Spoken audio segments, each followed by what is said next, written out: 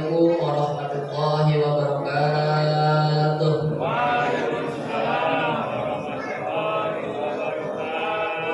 Alhamdulillah, alhamdulillahirabbil alamin wa bihi nasta'in wa ala umuri dunya waddin. Assalatu wassalamu ala asrofil anbiya'i wal mursalin wa ala alihi wa sahbihi ajmain. Bapak-bapak dan ibu-ibu serta dari jamaah Masjid Al-Hakim yang insyaallah dimulakan oleh Allah Subhanahu wa taala. Alhamdulillah, pada malam hari ini kita sudah melaksanakan puasa yang ke-25 pada malam ke-26, sehingga tinggal sekitar insyaallah 5 hari lagi kita akan melaksanakan hari raya Idul Fitri, yang dimana hari raya ini adalah hari raya kita tunggu-tunggu sebagai umat Islam, menjadi hari kemenangan kita yang sudah melaksanakan ibadah puasa sebulan penuh di bulan Ramadan ini.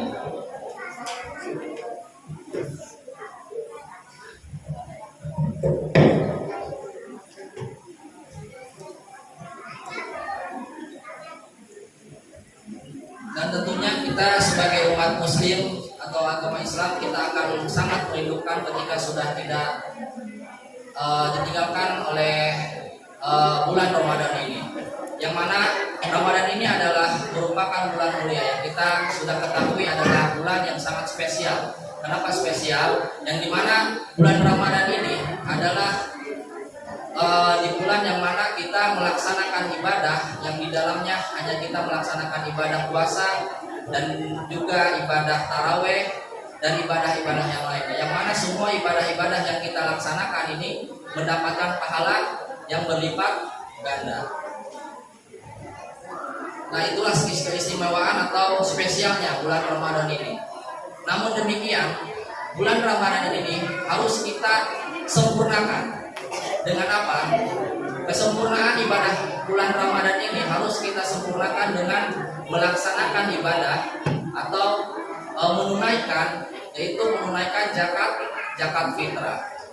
Jadi bulan Ramadan ini sering kita sebut bulan puasa, tetapi bulan Ramadan ini adalah di mana bulan yang sangat spesial, yang mana pada bulan Ramadan ini Allah mewajibkan kita atau mengharuskan kita untuk melaksanakan atau menunaikan zakat fitrah, yang mana itu adalah untuk menyempurnakan ibadah-ibadah kita pada bulan Ramadan atau bulan puasa ini. Bulan zakat fitrah itu berbeda dengan zakat fitrah itu berbeda dengan zakat yang lainnya. Yang sudah kita ketahui, zakat itu ada dua, zakat fitrah dan zakat mal. Zakat fitrah itu dikhususkan kepada semua agama, semua umat muslim, tanpa kecualikan bagi orang yang benar-benar tidak mampu. Tetapi untuk zakat mal itu ada spesifikasi.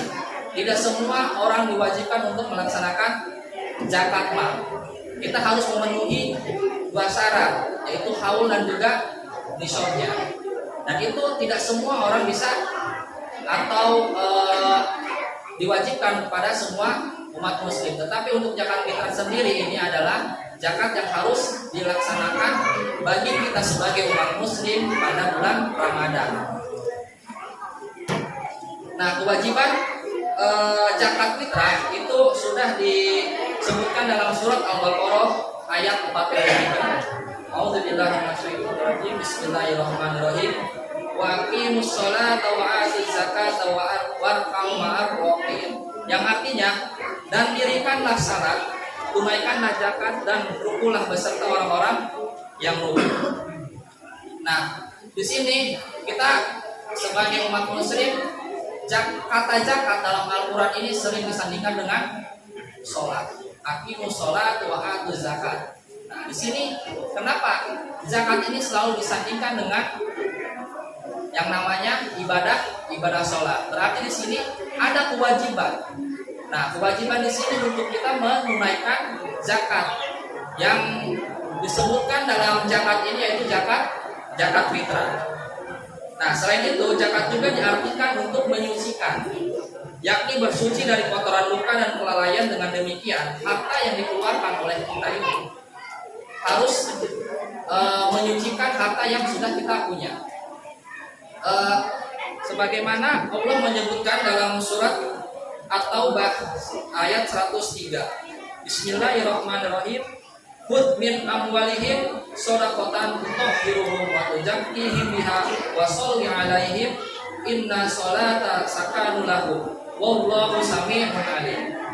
Yang artinya, ambillah zakat dari harta mereka guna menyucikan dan membersihkan mereka, dan doakanlah mereka karena sesungguhnya doamu adalah ketentraman bagi mereka. Allah Maha mendengar lagi Maha mengetahui. Nah, dalam ayat ini khudh min amwalihim, yaitu maksudnya kita harus mengambil sebagian harta, karena harta yang kita punya atau rezeki yang kita punya itu ada sebagian harta orang yang tidak mampu. Nah, makanya di sini harus kita keluarkan untuk menyucikan harta yang sudah kita punya dan juga menyucikan dari diri kita, dari kelalaian ataupun dari dosa-dosa yang lainnya. Menurut Imam Al-Qurtubi, para ulama berbeda pendapat mengenai zakat yang dimaksud dalam surat Al-Baqarah ayat 43. Yang mana pendapatnya tersebut zakat dalam ayat ini adalah zakat wajib yang sudah tadi disebutkan. Zakat wajib itu yaitu zakat fitrah. Karena perintahnya beriringan dengan perintah sholat. Pendapat yang lain mengatakan bahwa zakat dalam ini adalah zakat mal. Seperti itu. Nah, mengenai perintah zakat fitrah, Rasulullah secara rinci lebih menekankan pada zakat fitrah yang harus dilaksanakan paling lambat atau paling telat melaksanakan salat sebelum melaksanakan sholat Idul Fitri. Ketentuan ini berdasarkan pada hadis Rasulullah sebagaimana berikut. Farada Rasulullah sallallahu alaihi wasallam zakat al-fitri so'an min tamarin au so'an min sya'irin alal abdi wal uli wa dzakari wal untha wa saghiri wa kabirin minal muslimina wa amaru biha an tuwadda qabla khurujin nasi ila sholat. Yang artinya Rasulullah SAW telah mewajibkan zakat fitrah sebanyak 1 sok. 1 sok ini yang ketentuannya yang sudah ditentukan sekarang yaitu sekitar 2,5 kilo atau 3,5 liter. 1,5 sok kurma atau gandum kepada semua Islam, baik hamba sahaya maupun orang merdeka, laki-laki maupun wanita, anak-anak maupun dewasa. Beliau memerintahkan agar membayar zakat fitrah sebelum berangkat sholat. Nah, ini yang tadi disebutkan ini zakat fitrah ini yang emang sudah ditentukan untuk semuanya, semua orang muslim gitu, maupun dari dewasa, anak-anak, wanita, perempuan. Jadi tidak ada syarat lagi di situ harus melaksanakan zakat fitrah ini harus nisab dulu atau harus haul dulu, tapi emang tidak ada batasan untuk melaksanakan zakat fitrah tanpa terkecuali, maksudnya ya dikecualikan bagi memang yang tidak bisa atau tidak mampu sama sekali untuk melaksanakannya atau menunaikannya, seperti itu. Nah, di sisi lain, setiap perintah Allah yang diturunkan kepada umat Islam mengandung aneka hikmah yang bisa dipetik untuk kemudian dijadikan sebagai bahan pelajaran dalam mengarungi kehidupan di dunia. Termasuk dalam hal ini adalah perintah mengeluarkan zakat. Mengenai hal ini, Syekh Ali Ahmad Al-Jurjawi dalam kitab Hikmat Tasyrik mengungkapkan sejumlah hikmat yang terkandung di dalam syariat Islam termasuk zakat. Nah, apa aja hikmat yang kita akan dapatkan ketika kita melaksanakan zakat fitrah? Yang pertama, yaitu sesungguhnya ketika kita menunaikan ibadah zakat, termasuk menolong orang yang lemah dan teraniaya serta memotivasi dan menguatkan mereka. Selain itu juga Allah menjalankan kewajiban dari Allah SWT dengan mengesahkannya serta menjalankan ibadah-ibadah maupun sebagai wasilah menunaikan kewajiban. Jadi dengan melaksanakan menunaikan zakat ini salah satu hikmah itu kita bisa menolong bagi orang-orang yang tidak mampu.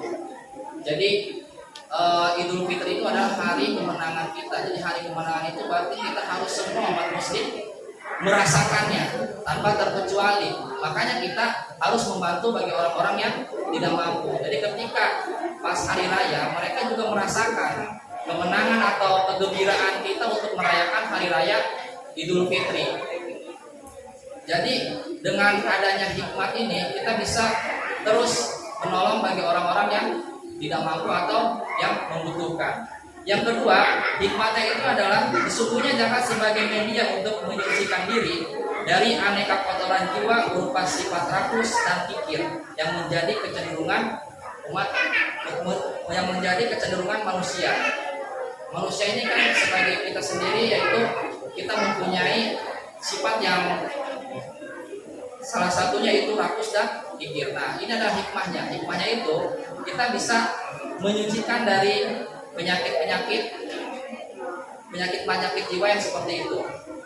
Ketahui bahwa nafsu itu cenderung kepada sifat rakus. Jika nafsu memiliki karakter seperti itu, dan kedermawanan adalah sifat yang dibutuhkan.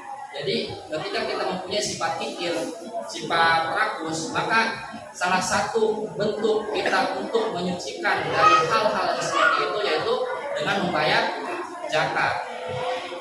Maka zakat menjadi sarana penggemblengan dan latihan diri untuk membentuk kedermawanan sedikit demi sedikit, sehingga sifat mulia tersebut menjadi kebiasaan baginya. Inilah jahat terbesar manusia, yaitu jahat terbesar manusia itu adalah menahan hawa nafsu. Dan salah satunya untuk kita bisa menyucikan nafsu-nafsu yang jelek ini, atau nafsu yang bisa membuat kita terjerumus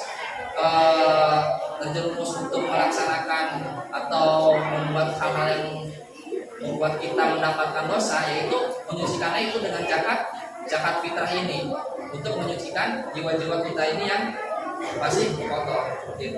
Yang ketiga, sebagai ungkapan syukur atas berbagai nikmat dan karunia yang telah diberikan oleh Allah. Nah, hikmahnya ini kita bisa mensyukuri apa yang Allah berikan kepada kita dalam bentuk dalam bentuk nikmat-nikmat yang lainnya, yaitu dari harta ataupun dari yang lainnya. Itu kita mensyukuri dengan melaksanakan ibadah zakat fitrah ini. Karena harta-harta yang kita punya ini ya pada dasarnya itu pemberian dari Allah Subhanahu wa taala. Jadi kita harus mensyukuri atau memberikan syukur kepada Allah dalam bentuk melaksanakan zakat fitrah. Nah, di sini kita masih ada sekitar 5 hari lagi untuk bisa melaksanakan zakat fitrah. Jadi bapak-bapak dan ibu-ibu yang belum melaksanakan zakat fitrah bisa langsung melaksanakan sebelum terlewatkan atau lupa untuk melaksanakan zakat fitrah. Ya, karena dengan zakat fitrah ini kita bisa terbebas atau sempurna dengan ibadah-ibadah yang sudah kita laksanakan. Dengan ibadah-ibadah yang kita laksanakan selama ini hablum minallah, kita harus sesuai juga, harus sama juga dengan kita bisa melaksanakan ibadah dengan hablum minannas. Salah satunya hablum minannas ini yaitu dengan melaksanakan zakat fitrah. Nah, salah satu berikut yaitu 3 hikmah yang akan kita dapatkan ketika kita melaksanakan zakat fitrah. Mungkin sekian dari saya, kurang lebihnya mohon maaf. Apabila ada salah mohon dilupakan, itu maaf sebesar-besarnya. Wabillahi taufiq wal hidayah. Wassalamualaikum warahmatullahi wabarakatuh.